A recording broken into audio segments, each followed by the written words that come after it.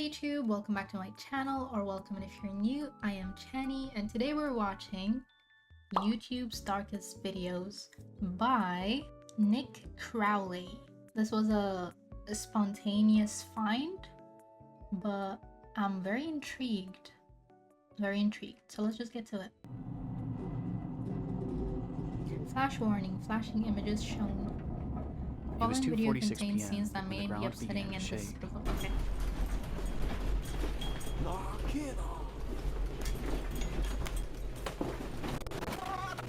Holy moly. Have you guys ever experienced the earthquake? Both Twitch chat and YouTube chat. Or YouTube comments. Let me know. Yeah, no, I've not really experienced the earthquake. One time they said that earthquake happened, but I think it was just so, like, small. I didn't feel it. Not yet. An earthquake happened recently in Turkey. Oh, is it that big one? I think I've heard about it. It was sometime last year, right? I live in a place with no earthquakes. Me too. Wait, today?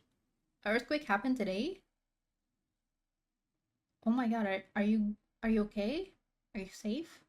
Oh my goodness, please stay safe. And follow the procedures that are instructed. Oh, you're not there? Okay. Well, to anyone in Turkey, please stay safe. But I've heard a lot about this specific earthquake mentioned in this video. It was 2011, right? It was Japan's biggest earthquake. I think 9.2 or 9.4 magnitude, if I'm not mistaken. For residents of Anagawa, Japan, earthquakes were nothing new, but this one was different.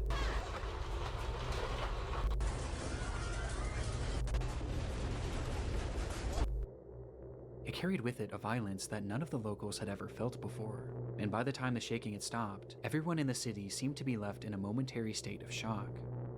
This was especially true for the nearly 160 Chinese workers and students that had recently moved to the area, with most having never experienced any earthquake, let alone one of this magnitude. Of these workers were a tight-knit group of 20 women who had recently been hired as trainees at a company called Sato Susan, a company that sold fresh seafood. And having been at work at the time of the quake, they frantically ran out of the building and stood in the street desperately trying to figure out what to do next, unaware of the fact that the real horrors were still yet to come. Yeah, that's after a big earthquake, always seek high ground, like always. Especially in Japan, like it's an island, bro. Like the water is gonna come at you from every direction. Straight out of Detroit. What does that even mean? What's on my shoulder? It's my chat. Drizzlers. That's you.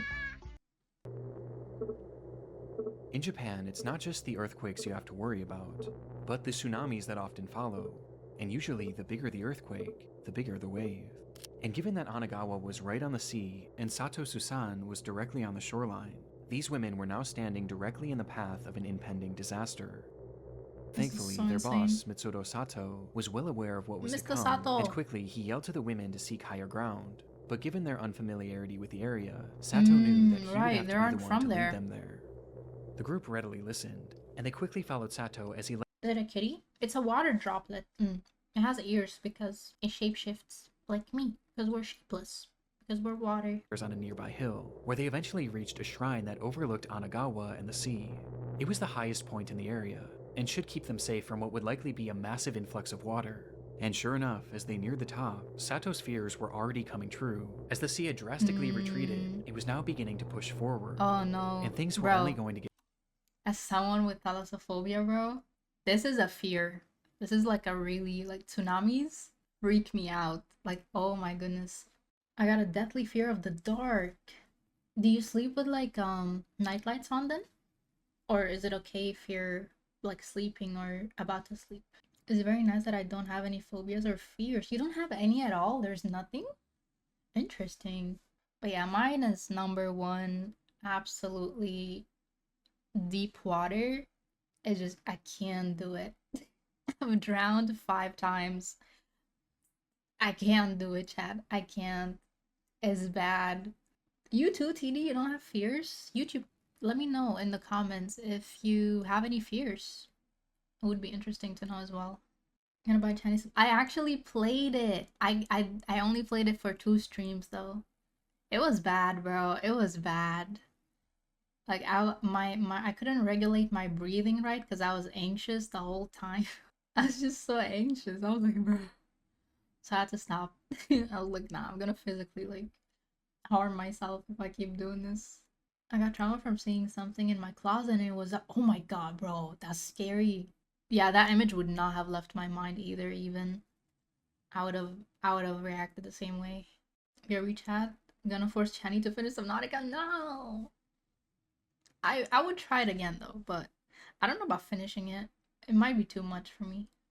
It was my creepy old teddy bear.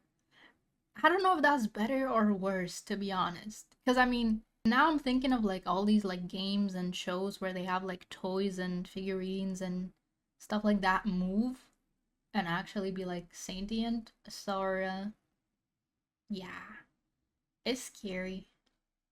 I still remember my heart racing, hepats even, hepats. It took me, I think, 4, maybe 3 streams to finish Little Nightmares.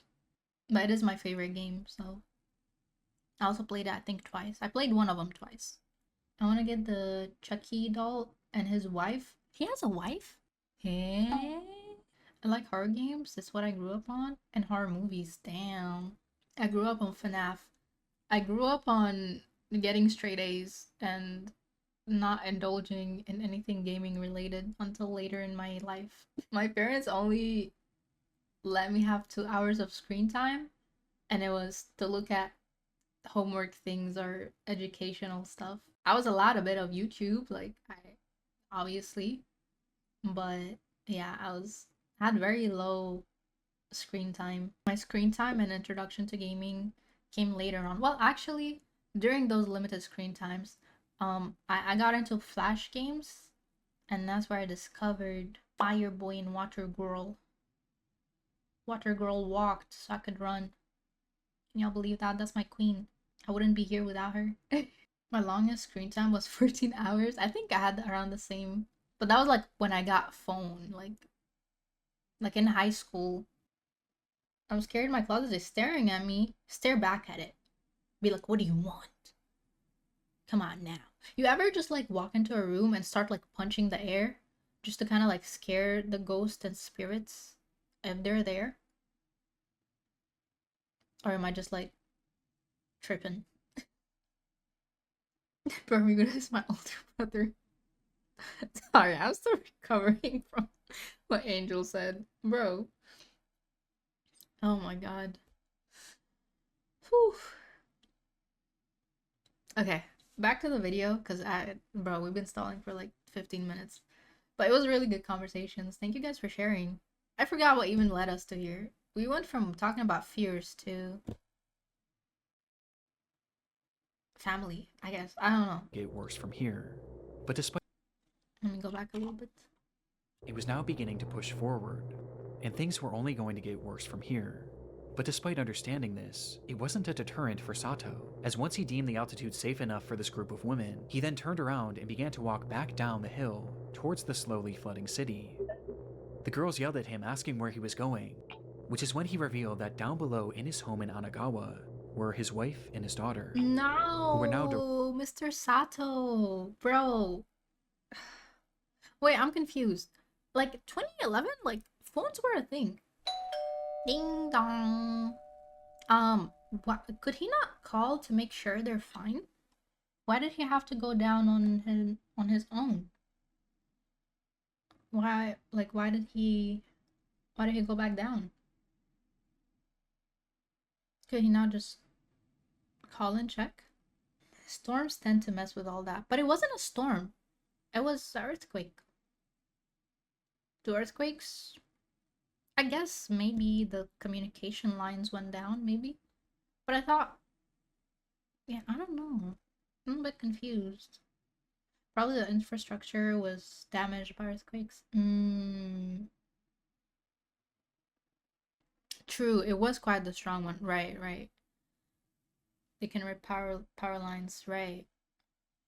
You guys are right. Wait, but wait, right. They are saying in the storm's path. So tsunamis bring storms? I thought they just bring the water, but okay, that I guess makes sense. Directly in the path of this unfolding disaster, and he was going to save Unless them. they mean like metaphorically the storm. Which I think they meant metaphorically.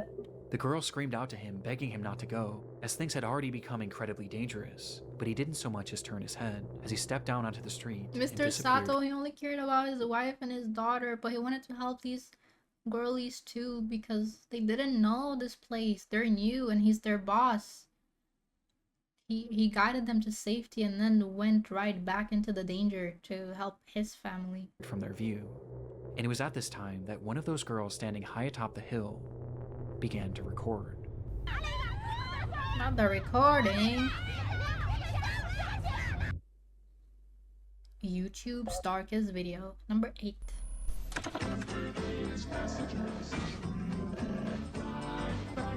All my life, family has been super important to me. I love my family, but I also realize I don't know much about them, at least outside of my immediate family members, and specifically my grandfather, who I never got the chance to meet. And when thinking about this the other day, what's crazy is we literally were just talking about families. We were ranting about families for like 15 minutes, YouTube.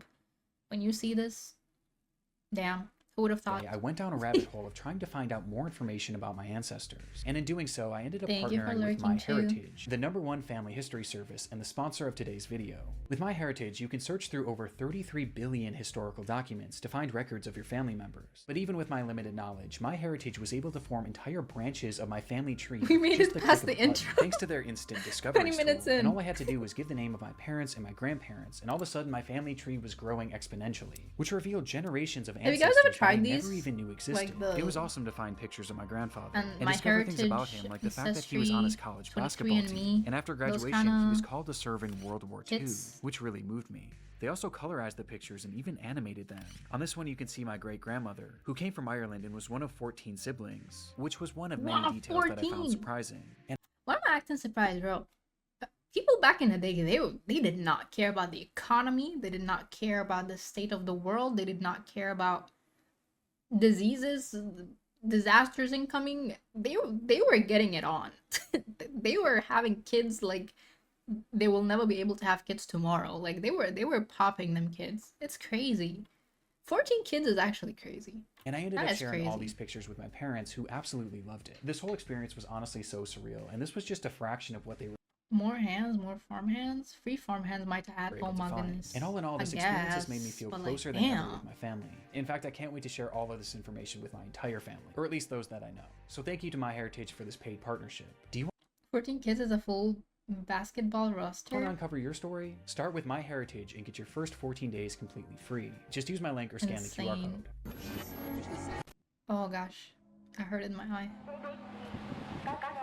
Chapter 1, Mitsuru Sato, Tsunami footage.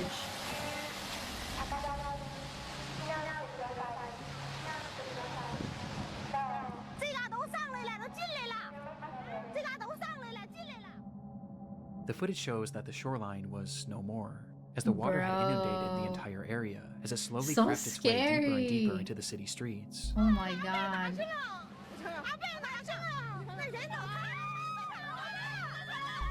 The women were understandably in a panic, trying to make sense of this ordeal that they were now given. No, don't go down, don't go down, don't go down. And as they record, we can hear them desperately calling out for Sato. But at no point do we see him. We just know that he's down there, somewhere. And as the desperation in their pleas increases, so too does the fury of the water. Oh my god, the water, bro, no, I can't. This is so scary. My heart is like beating fast, like I'm getting anxious.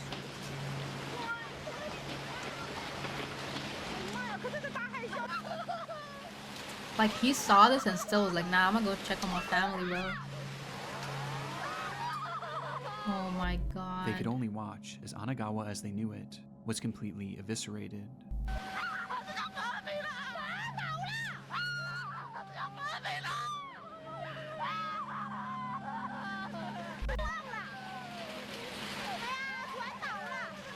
Oh moly, and like you see like all these buildings and houses just And by gone. this point, they realized that there was now essentially no hope for Sato.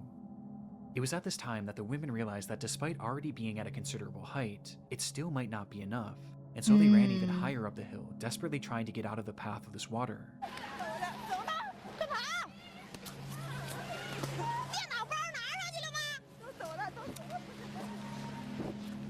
And as they did so, they noticed something down below.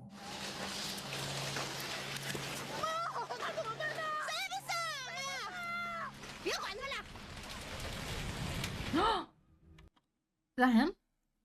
Wait, how did he make it out, like, up there? Did he just climb? There's quite a lot of water already, like when they were still a bit lower down. So how did he get up there? Standing on a rooftop in That's the middle him, of this right? massive tsunami was Mitsuro Sato. The building that he stood on was once a full 2 stories off the ground, but was 2 now just a few stories. inches above the surface of the water. And it's now underwater. No, Mr. Sato. The women again call out to him, this time even more frantically. But at this point, But I mean, like, yelling at him from, like, what is he gonna do? Try to swim to you? Like, you see this, like, the strength of the current. Like, I don't think there's... Unless he maybe jumps on the next building. it was no use. Wait, let me see. And when the the camera is distance. taken off Sato for just a split Oh, second, it's so blurry, we I can can hear barely just from the tell. women's reaction the exact moment that he swept away.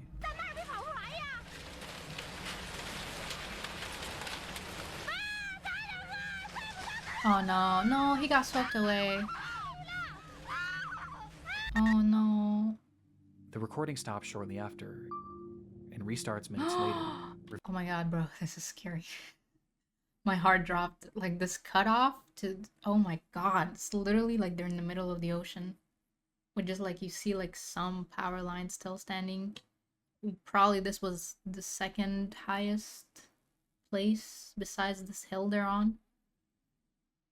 Oh my god. Revealing that the You streets see a truck. Y'all see this truck? where the women had been standing just moments Holy before were now moly, fully bro. underwater, and the buildings that once stood around them were now reduced to nothingness.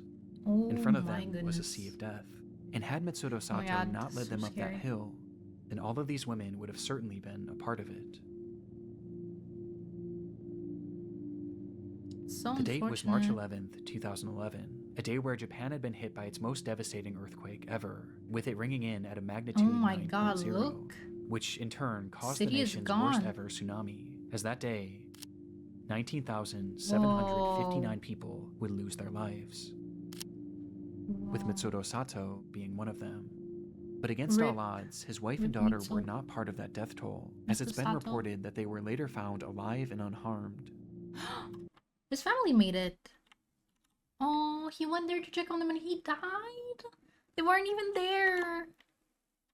Bro. Mitsuro Sato being one of them. But against all odds, his wife and daughter were not part of that death toll, as it's been reported that they were Oh later my found God. alive and unharmed. The devastation that occurred that day is incomprehensible, and all the footage of this disaster could warrant a place in this video, especially the footage of Anagawa, as you can see what it looked like before, during, Holy. and after. Wow. Oh my goodness.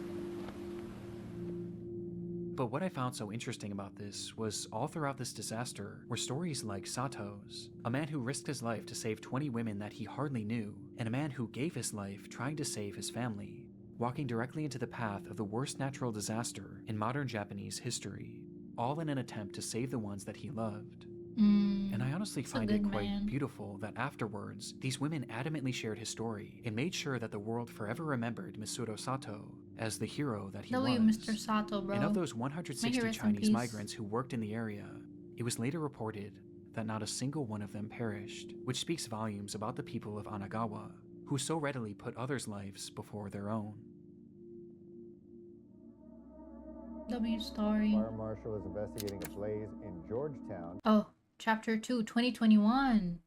Oh, we're getting closer to our time. 2 people found dead inside the home, and so far it's The man not in the known how garage. the fire started. Girl, if you do a jump scare right now, I'll do a thumbs down and I'll close the video. Don't do it. Don't you dare do it. Don't do it. It was just past 5:30 a.m. on the 17th of February 2021 when residents of a small neighborhood in Georgetown, Ontario were awoken by the sound Ontario? of sirens blaring. One man frantically grabbed his cell phone and rushed outside to record the unfolding scene, where he was met with a horrific sight.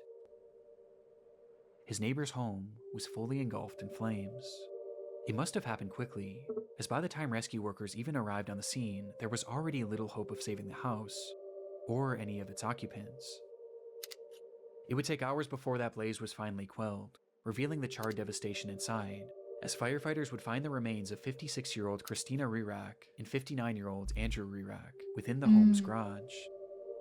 The cause of this fire was initially unknown, but quickly the situation was deemed suspicious when experts determined that the fire had started as a result of some sort of explosion that had happened within the garage where the couple's bodies were found. Car problem? Maybe like, do engines explode? Engines do explode, right? Like they can. 20k people is still pretty low when you think of how dense Japan is inhabited compared to 2004 Indian Ocean tsunami. I don't think I've heard of the 2004 Indian Ocean tsunami. I'll have to look into it. But the 20k people was across the entirety of Japan, right? During that earthquake. It wasn't just that area where Mr. Satos and those girls were, right? Still very devastating, man.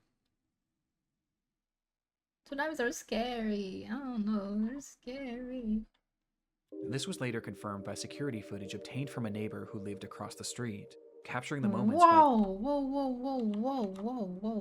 Later confirmed by security footage obtained from a neighbor who lived across the street, capturing the moments when Oh it my suddenly God. ignited around 5:27 a.m. There was clearly something off with this case, and things only became more sinister following the autopsies of Andrew and Christina, which revealed that they hadn't actually died in that fire, and instead, both of them had been stabbed to death, with Andrew also being badly beaten. This fire Wait, who was beaten? stabbed to death, with Andrew also being badly Oh, beaten. the man. This fire wasn't started to kill them. It was started to cover To up hide the it. murder. Yeah. And it did a good job of it too, as the scene was now left completely destroyed, with very little evidence being left behind. Oh my God. But there was something else investigators thought to check. That's security footage. The camera had been facing the garage where all of this carnage seemed to have happened, and so they thought maybe if they looked back far enough, it could at the very least show what had led up to this brutal attack.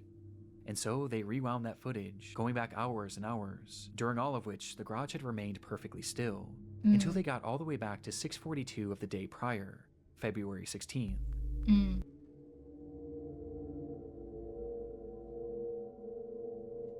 Was that someone there? Was someone walking here?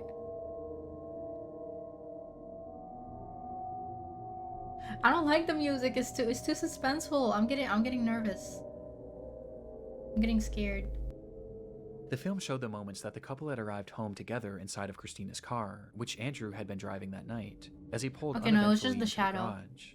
This was the last time this couple was seen alive on camera, which on its own is disturbing enough. Yeah, it was just the shadow with the But car as it turns moving in. out, there was something far more unsettling about this footage, as it revealed the fact that Christina and Andrew weren't alone. Eh? Where? You guys see anything?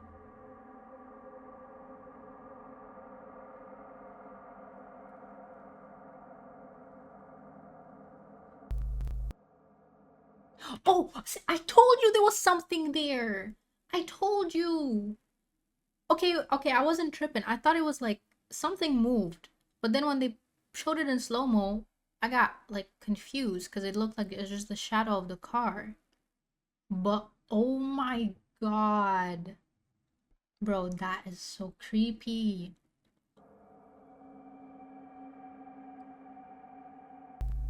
Wait, were they both in the car and then he came and... Wait, I think he was holding a knife already.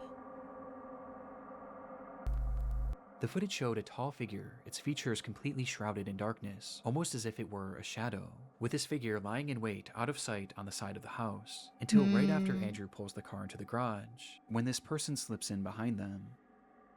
It's impossible to say for sure if the couple noticed this person or not, but it appears that they likely didn't, as they both start to exit the vehicle, to which the figure then ducks down in an attempt to avoid detection.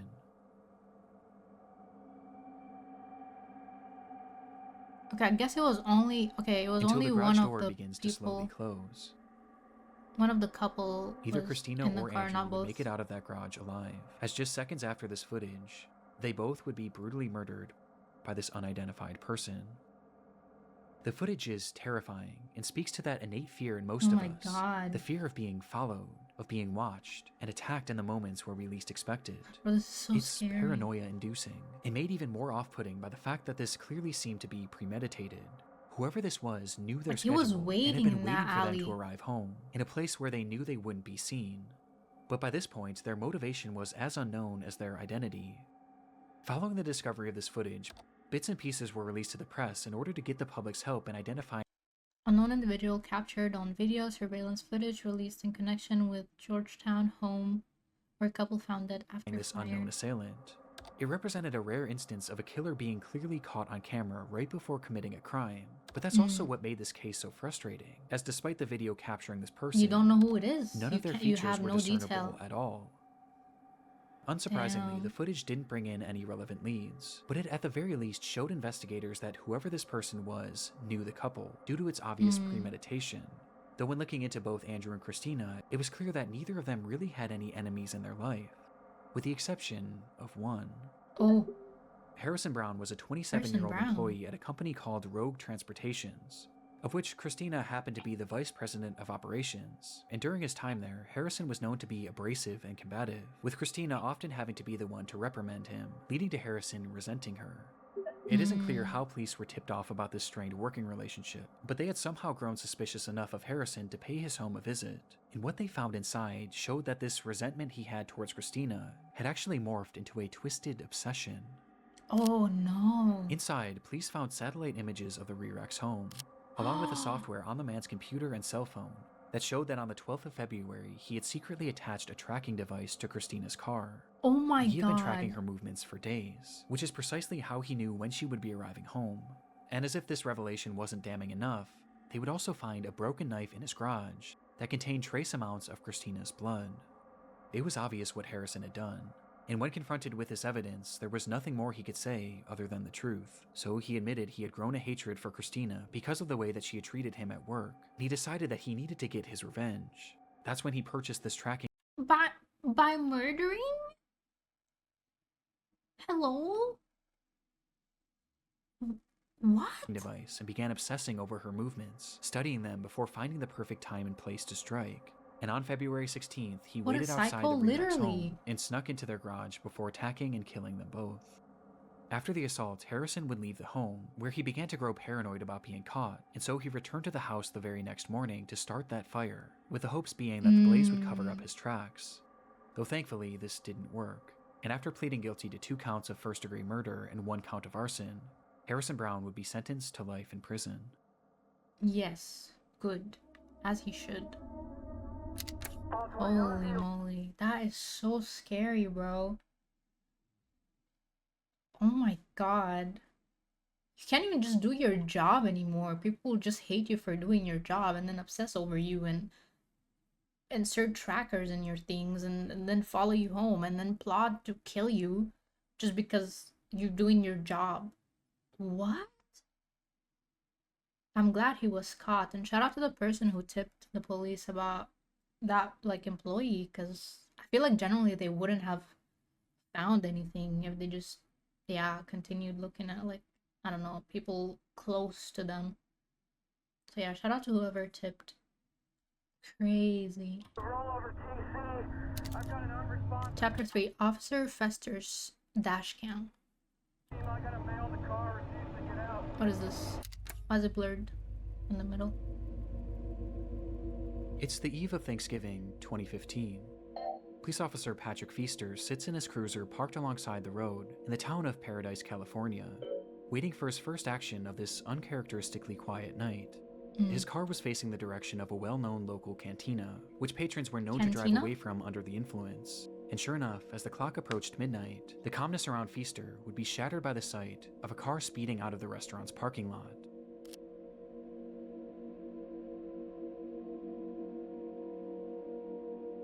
Wait, what? Where? The car went unseen by Feaster's dashcam, but not by Feaster himself, as he Oh, took okay. off, doing his best to catch up with the car that was Because now I couldn't speeding see down the anything. road. I was like, And within a few seconds, where he did does. it take off? As the car slowly comes into frame for the first time, inside that vehicle was 26-year-old Andrew Thomas and his ex-wife, 23-year-old Darian Aaron. Andrew had been drinking heavily that night and was well over the legal limit, with his driving showing as much, as he failed to pull over once Feaster approached him, resulting in a police chase that would only end up lasting just a few seconds.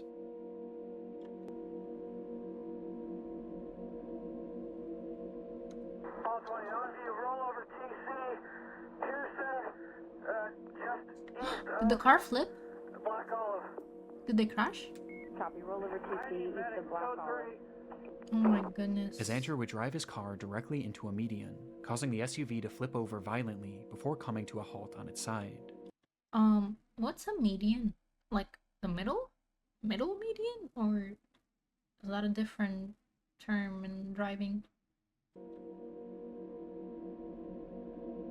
The middle line? Is that the In that median? instant, Darian was ejected from the vehicle, being thrown straight through the windshield and landing my onto God. the asphalt, where despite still being alive, her injuries were likely unsurvivable.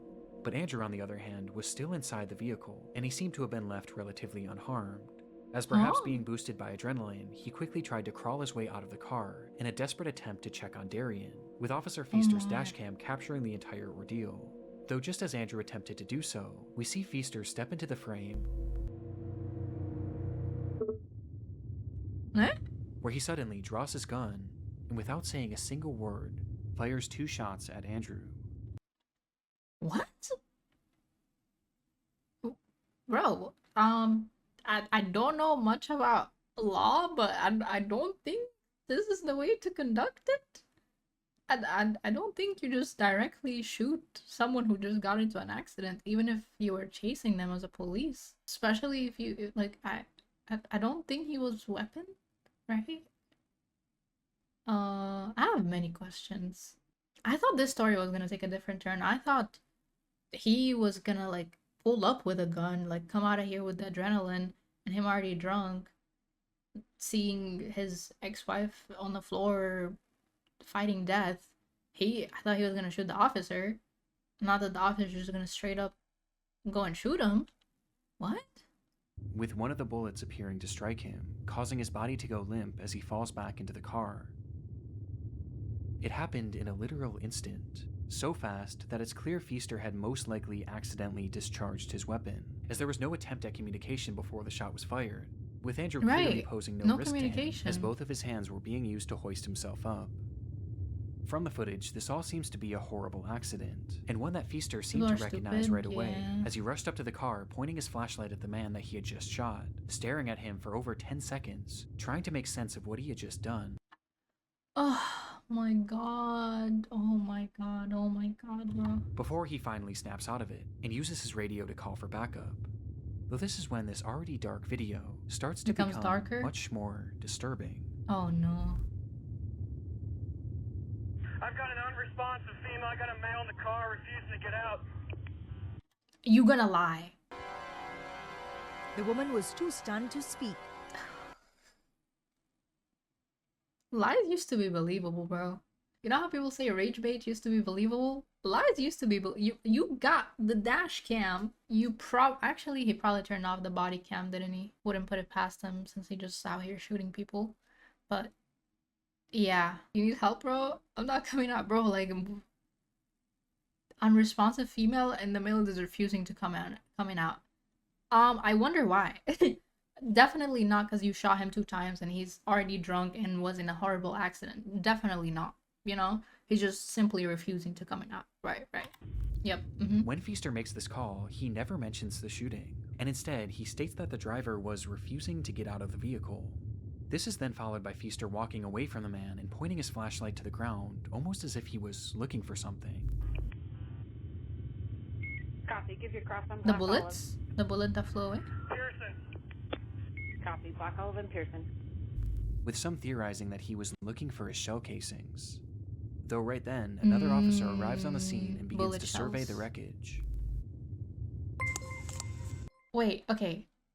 a bit confused. So he radios, tells them he doesn't want to come out. The other officers, the backup, comes there. This guy is still looking for the shell, the, what do you call it, the bullet shells. What is the bullet shell gonna help with? I'm not understanding why that's necessary. Like, they're gonna arrive and see him that he has shot them anyways. Like, is he, like, is it tampering with evidence? Is he, like, a bit confused there? And also, is the new officer gonna ask, like, why is bro dead with 2 bullets in him? Just her? No, there's a male in the car refusing to get out. Where, again, Feaster says still that Andrew didn't was say. refusing to get out of the car, making no mention of the fact that he had just shot him. Oh. It's clear at this point what Feaster was trying The castings can be hidden, so he didn't shoot. He clearly forgot he has dash cam. Clearly. Clearly, bro. to do. He was It's trying to cover up his insane. accident, but this suddenly became more difficult when Andrew started to speak. Okay, they got one. He's refusing to get out. Get out of the car, sir. You're not shot, sir. Get out of the car. Andrew You're not Thomas was shot? still Ah. I'm sorry, but he's a funny guy. That's a funny guy, bro. Like, what? I see the video right here. He didn't hide it very well. Absolutely not. Like, he, like, I don't know, bro. I don't know what his thought process is. I would really love to know. I would like to hear his logical thinking and critical thinking in this situation. Because I don't know, sir. I did not shoot you. Please get out of the car. Like, yeah, let's just let you incriminate yourself more by yourself. That's what I'm saying.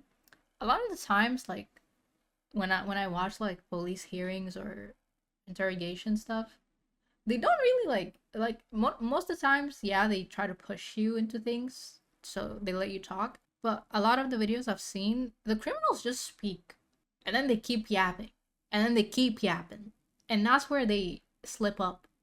Just let them keep yapping, and they always slip up. It's crazy. It's crazy the amount of times I've seen in videos them simply just slipping up and pretty much admitting to things. And I'm like, gaslight, gatekeep, girl boss? No, not in this situation. alive and had muttered to Feaster that he had been shot. But even to his face, Feaster denies it. Shortly after, Andrew then tries to tell the other cop what had happened. Sir, you need to come out of the car. This car is still on, and I don't want you to get hurt. Yeah, I was right there. I saw it. I'm confused. Wait, this is the Fester guy? This is the guy who shot him, not this one? Or is the guy still alive and talking? I'm a bit lost now. So he didn't die immediately. He's still talking. Because I thought this guy was like, you know, making like the plot, setting up the story before the officers arrive by saying, no, you didn't get shot, you know? But maybe he was actually talking to him. We just can't hear it. Oh, he survived. Oh, okay. This guy's alive. Okay. That makes more sense because I was getting a bit lost. Shot at the cantina? Who shot you? The cop did not shoot you. But understandably, this other cop wasn't believing him, as surely Feaster would have Oh. said something at this point. And so the minutes start to pass. And Oh, after 5 full no. minutes, Feaster continues processing the scene like nothing had happened, with the other officer being left to theorize that Andrew must have been seriously injured and was likely in a state of shock, which is why he was making all of these strange claims about being shot. He may be hurt in there. Yeah, I know he is. He's in shock at the very least.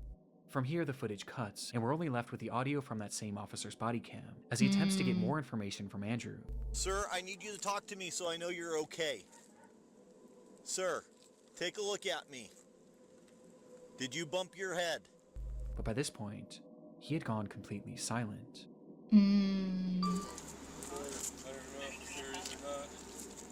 10 minutes later, the footage then cuts back on, this time to another officer's body cam, which shows that an ambulance had now finally arrived on the scene, with medics first directing their attention to Darian, who was in the worst shape, as she would tragically be pronounced dead shortly after.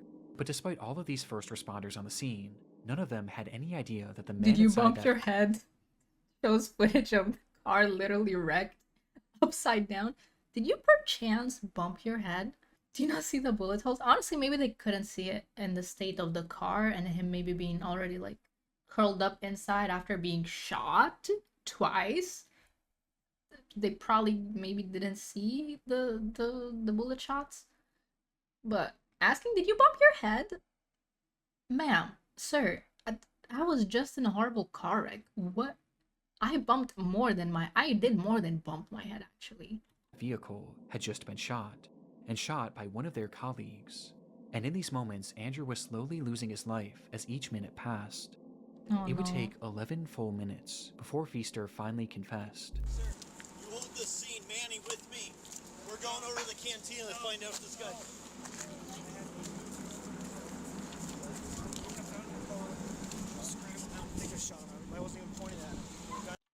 I think I shot him. I wasn't even pointing at him, but the gun did go off. Oh my god, you cannot make this up. Oh my god. This is so laughable. Oh my god.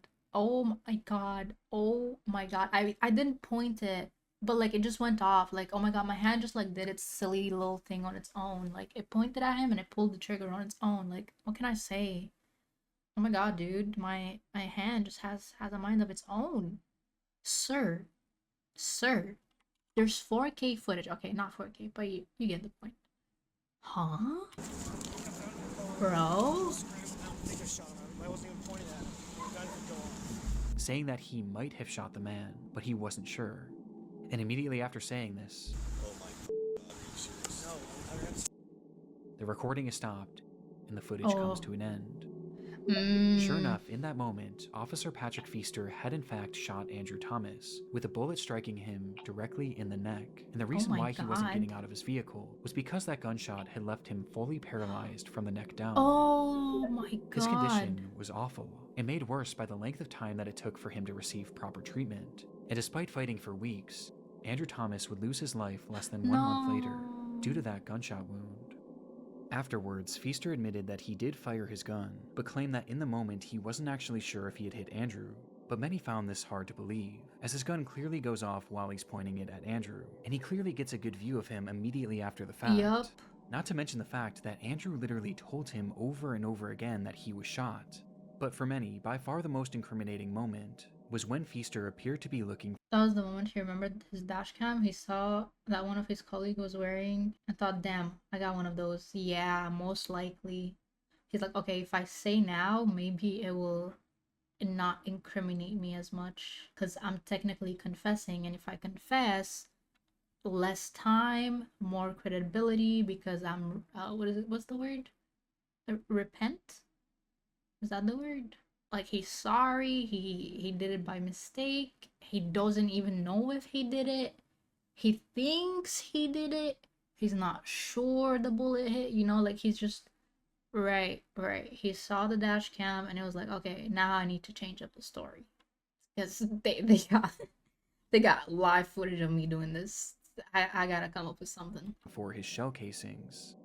And because of his actions, Officer Patrick Feaster would be found guilty of manslaughter and receive a prison sentence of 180 days. Hey?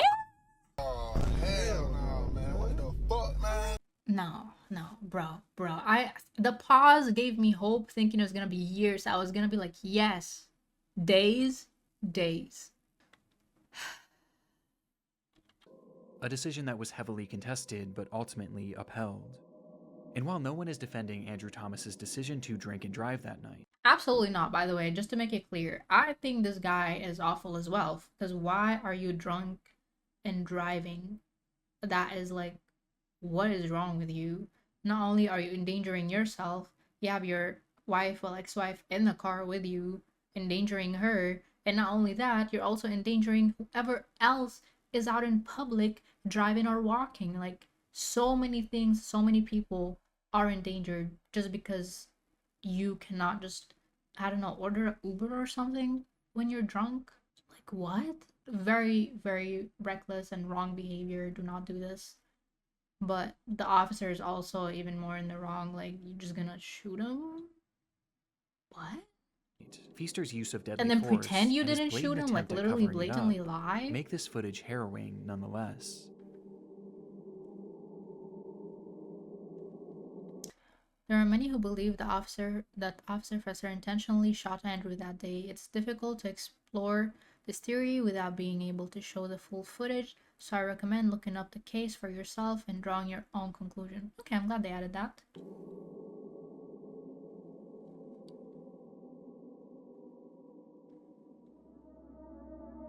do this for real, bro. I don't got no problem with giving back, man.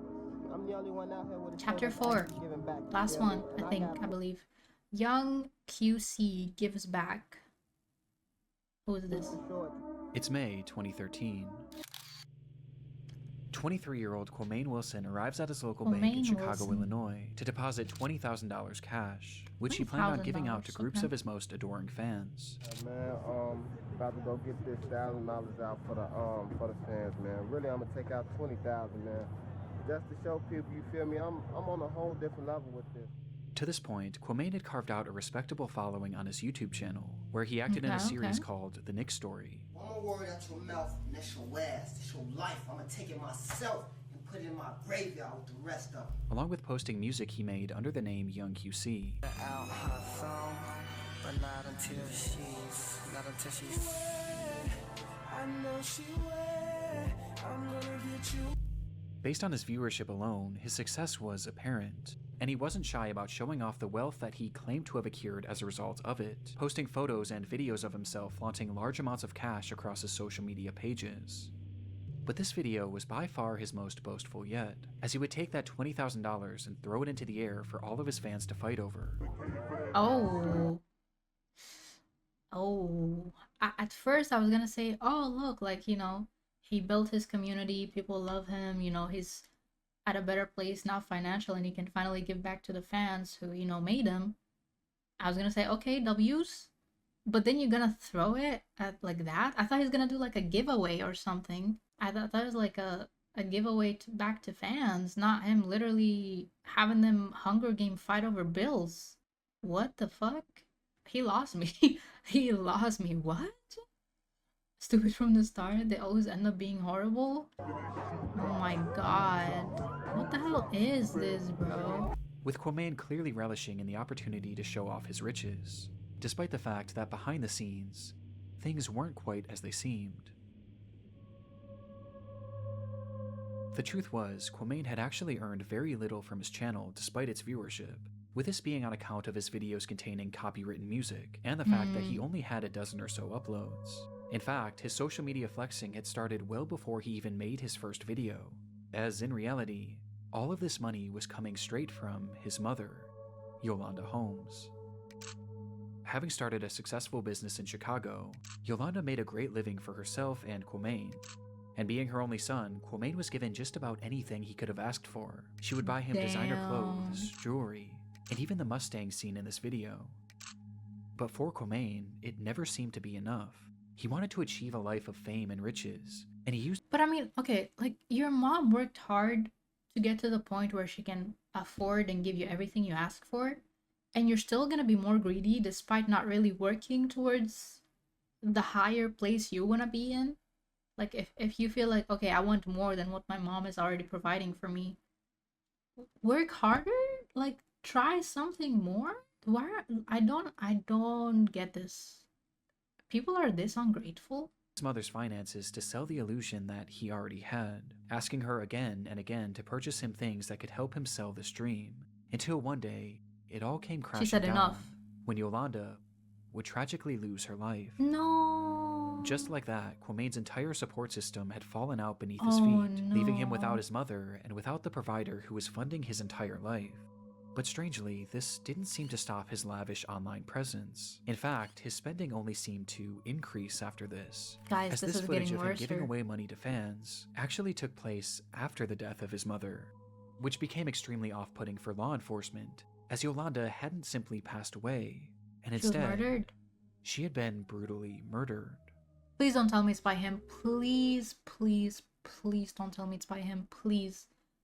Please, please.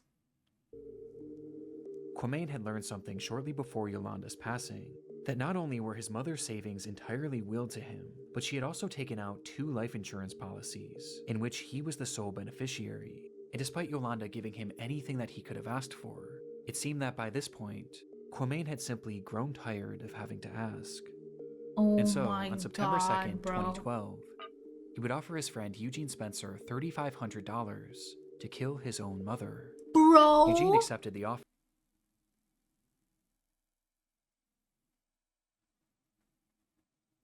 Bro, I don't think I can finish this video. No, I'm actually upset and pissed now. Like, this is genuinely pissing me off. Oh my god, this is really upsetting. What a greedy, terrible human being. Absolutely, bro. I don't even want to call him a human being at this point. Like, what? What?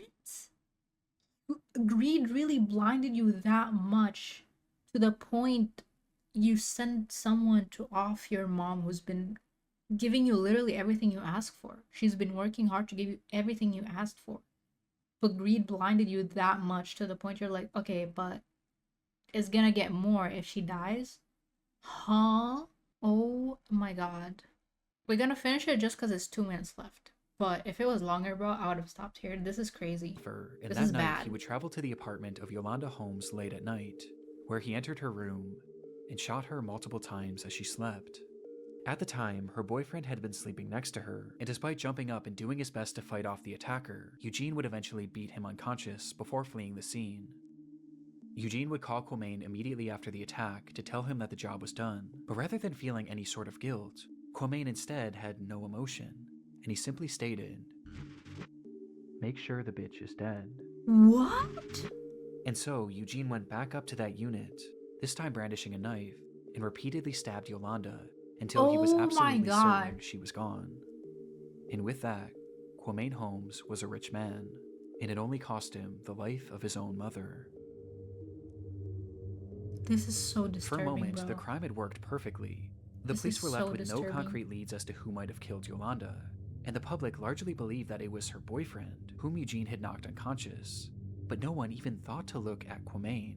And recognizing that he was in the clear, his behavior grew brazen almost immediately. Quamain Wilson lost his mother to gun violence on November 14th. My mother, she was a neighborhood woman. A guy entered her home, and murdered her, just to steal. As he went on TV to talk about his mother's murder, where he peddled the theory to the public that this was some sort of botched robbery, all the while he showed no emotion. He wouldn't even wait a full week before depositing the money, as he took out $90,000 within just the first few days, and immediately began showing it off to his followers. And in this footage where he gave away that $20,000, throwing it into the air as if it meant nothing to him, every cent of that had come from the death of his own mother, a death in which he was entirely responsible for. Look at the way he's smiling It would take over a while full throwing year the for money. Quamain and Eugene to be caught, with police largely 4 being years? tipped off by his online Wait. antics. And in the end, Eugene How long? entirely responsible for. It would take over a full year for Quamain and Eugene to be Did he say a whole year? Or over 4 years? responsible for. It would take over a full year for Quamain Oh, over a full year. Okay, sorry. My hearing is bad. and Eugene to be caught, with police largely being tipped off by his online antics. And in the end, Eugene was given a 100-year prison sentence, while Quamain received 99 years, with his legacy now permanently defined by his creation of one of YouTube's darkest videos. Holy moly, bro. I think that was the worst one, bro. That was bad. They're all bad, but goodness. What the fuck, dude? That was YouTube's Darkest Videos, number 8 by Nick Crowley. It just kept getting crazier and crazier, bro. This was insane. I'll see you guys in the next one. This was really disturbing. Take care, YouTube. Bye.